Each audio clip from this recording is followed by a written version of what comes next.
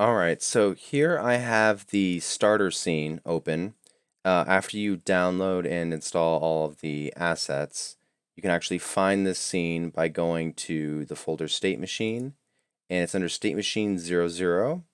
You can click there, and you'll see there's another folder called Scenes. Open that up, and this is actually it right here. You can just double click this, and it'll open up the scene. You'll know you're in the right one if it says Statmachine 00 at the top left here in the hierarchy. Now, I also have my scene view split up from my game view here. I think the normal default layout has it set up something like this. So this is the scene view. You can click here to look at the game. I just like to have it split up like this. Makes it a little bit easier sometimes when you're debugging. So what I wanted to do here was give a little overview to what you're starting off with, because you're not going to be quite starting off from scratch. I've developed several different components and prefabs for us to be working with. You don't need to understand exactly how all of these things work. I will talk through the different functions and things that you'll need to know about in order to implement the AI behaviors as we go. But just to give you a little sense of how some of these things are set up, just so that you have some idea what to expect in the future, I'm going to talk through a little bit of it right now. So in this object here on the UI, I actually have a couple scripts which are responsible for taking the player's input into the game, which is mostly just clicking.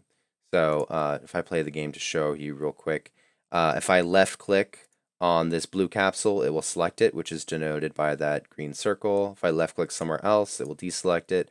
I can also click and drag to create a square that will select all of my friendly units that are in, the area of the rectangle, and I can select them there. And I can right click the ground and move them around. But you'll notice that I can't actually click on this red character because this is an enemy. I don't actually have control of that character. Also, right now, this red enemy doesn't actually do anything. He won't attack my blue enemy. He won't patrol or do anything. He just kind of stands there. So we're going to be working on that later on. So the controls here are pretty simple. I can left click to select things and right click to move things. But the camera also has a script on it which controls movement. So when I'm playing the game, if I hit WASD, I can move the camera around the scene. I can also scroll in and out using the mouse wheel.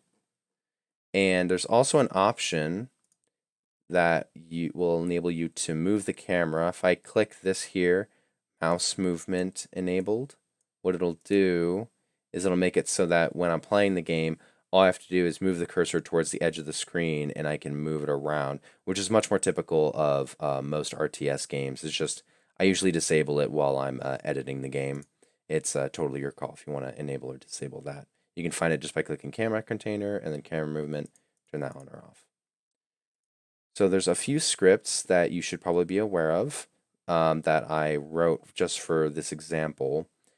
One of them is the unit script, which is derived into two different scripts that you'll find. One is player unit, and the other one is enemy unit, which you can see on the enemy here.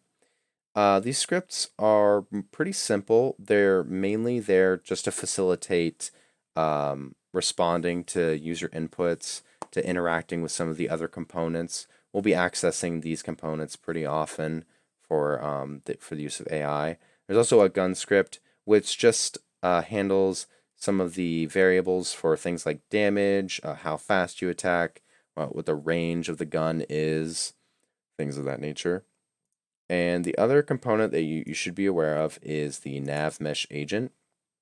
This is actually a Unity component, which basically just implements some basic pathfinding for us.